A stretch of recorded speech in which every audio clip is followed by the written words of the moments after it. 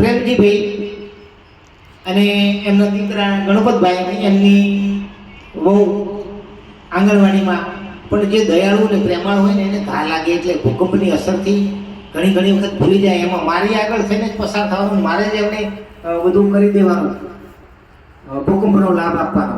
એમાં આજુબાજુવાળામાં એ બેન પૂછે કે હે બેન સહી કરાવે છે કે મારું નામ શું? મને કહો ને મારું નામ શું? એટલે આપણે બધાને આપણા નામની ખબર નથી. આ તો સંસારના નામ છે, બોલવા ચાલવાના.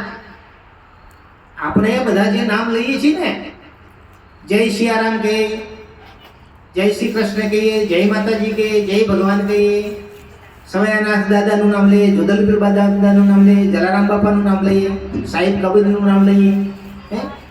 અનેક સંતો એમણે ઉદ્ધાર કર્યો છે ને આપણા માટે ઉદ્ધાર કર્યો. પણ આ તો આપણું નામ છે ને એ અહીંની ચીલા ચાલુ બાબતમાં વ્યવહાર જગત માટે નામ છે. અને આપણા શરીરની અંદર 72 કરોડ નાડીઓ છે ને, એવી રીતે એટલા બધા દરવાજા છે કે ન પૂછો વાત. એમાં 9 દરવાજા, 9 રમતના છે. 10મે મોલે વો દેખાય આપણો ધણી, એ ધણીનું નામ છે. 14 દરવાજા અને 15મી બારી છે.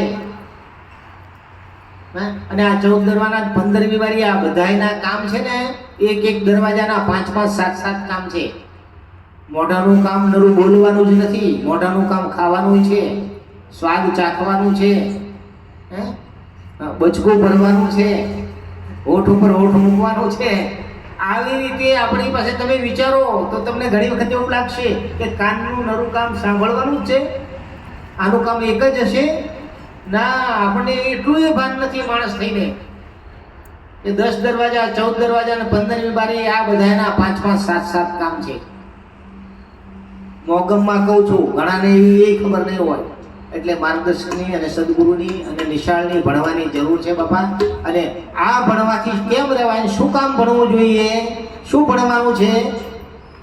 પરમાત્માના નામ માટે ભણવાનું છે. પરમાત્માનું નામ જડી જાય તો આપણું નામ જડી જાય. આપણું નામ જડી જાય તો પરમાત્માનું નામ જડી જાય. પાણીનું માટલું મળી જાય અને ભરેલું પાણી હોય તો પ્યાલામાં આવે તો આપણામાં આવે. પણ માટલું એકલું ખાલી હોય તો ના આવે. એટલે આપણે બધા માટલા ખાલી છીએ. આપણને આપણા પોતાના નામની ખબર નથી. અને ધર્મ તો કેટલા બધા ધર્મો દેખાય છે. પણ થોડામાં ટોપમાં વાત, મારા માટે તમે બધા નવા હશો, 5 7 25 માણસો જૂના હશો, પણ નિજ ધર્મ છે, બીજ ધર્મ છે, નિજિયા ધર્મ છે, નિજાર ધર્મ છે. નિજ, બીજ, નિજિયા અને નિજાર 4, પછી સત ધર્મ આવે 5, પછી સનાતન ધર્મ આવે 6, અને છઠ્ઠો આવે સરભંગ. નિજ, બીજ, નિજિયા, નિજાર, સત, સનાતન અને સરભંગ. આ ઓળંગી જવાય અને આને પામી જવાય.